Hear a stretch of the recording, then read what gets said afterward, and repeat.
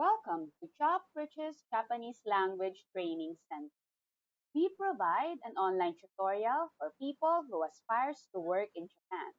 Before we start, don't forget to like and subscribe to our channel to keep you updated on our lessons to help you master Japanese language in no time. Konnichiwa, hello. Now we're at the final part of our lesson 2. So this is the part 3.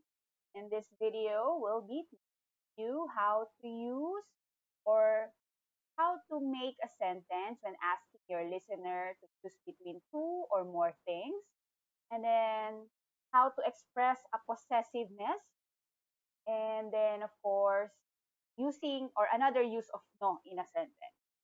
All right? Hajime ka? Hajime ne? So let's begin by asking your listener to choose between two things. So in this sentence pattern, you'll be using to ka. You remember how to use ka? It's a question, right? But then this sentence pattern or in this sentence, you'll be finding two kas between or within the sentence because you'll be asking your listener to choose between two or more alternatives. So upon answering, if you'll be facing this kinds of question, you can answer by your chosen alternative without answering or without saying hi or iye. So let's take a look at the example. So, これは9ですか ?7 ですか So, is this a 9 or a 7? So you're asking if what was given is a 9 or a 7. Did you see the two kas in the sentence? 9 desu ka? 7 desu ka? Okay. So you're asking them to choose between 9 or a 7. And then upon answering, you can just answer your chosen alternative or state your chosen alternative, which is 9 desu if it's a 9. So it's a 9. All right. For other examples, you can ask them if they want a pencil or a ballpoint pen. So, enpitsu desu ka? Boru pen desu ka? Something like that. Or asking them if they want rice or a bread. You can say gohan desu ka? Pan desu ka? So, no matter how many the alternatives are, just have to use desu ka or ka at the end of each alternative. Arimashita ka? Wakatta ne? Now, let's move on to possessiveness. I know that we've used N1 no N2 in the previous lesson, wherein N2 is part of N1, which is an organization or a company. While in this one, okay, so here we use N1 as a modifier for N2. So in this sentence pattern or in this pattern, there are two uses for N1 no N2 apart from what we learned from N1. So let's see. So N2 explains or N1 explains what N2 is about. So for example, これはコンピュータの本です。これはコンピュータの本です。Or this is a book on computer. Okay? And then another use of N1 no N2, where N1 indicates who owns N2. Okay, so これは私の本です。Or this is my book. Okay, now let's dissect these examples for you to better understand this pattern, N1 no N2. In number 1, wherein N1 explains what N2 is about, the statement says, これはコンピュータの本です。So this is a book on computer. So can you identify which is N1 in that sentence? Right, it's computer. And then of course we have the particle no. And which is N2? Yes, it's hon. So this one states that the computer or the book is about computer. right? Book on computer. Remember, N1 explains what N2 is about. So upon seeing the book, you saw that it is a book. But then what is that book about?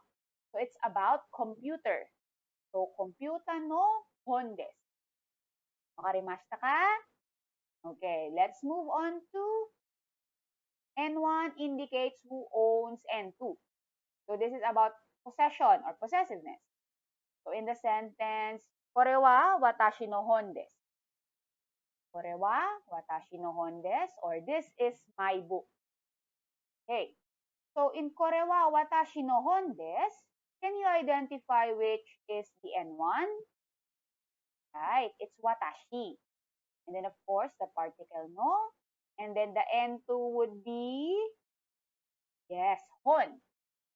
So N1 states that watashi or you owns the N2 which is the book. Wakarimashita ka? Wakata?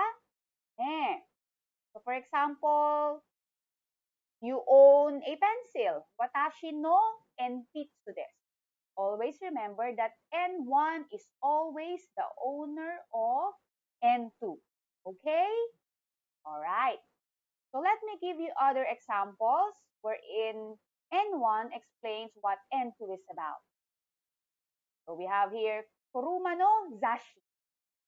Kuruma no Zashi or magazine about cars. So stating that the magazine is all about cars.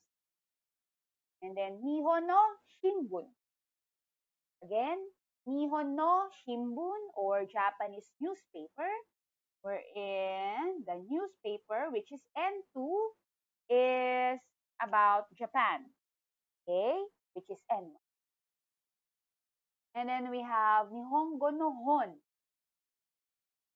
Okay, Nihongo no Hon or book on Japanese language.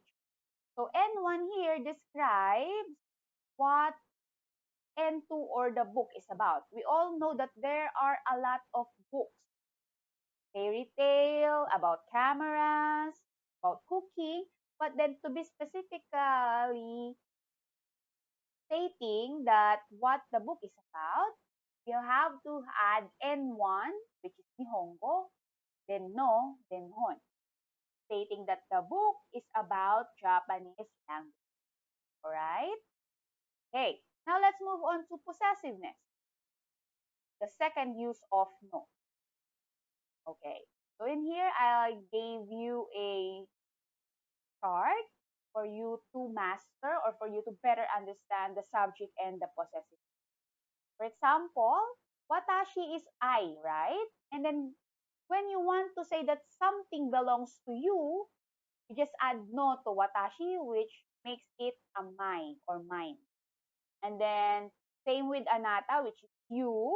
And then when you want to state that something is possessed or possessed by the person you're talking to, just have to add no to anata, which makes the word your, and so on, or the hareno, which is his, kanojo, which is her, watashi tachi no are, anata tachi no your, and karera no, which is their.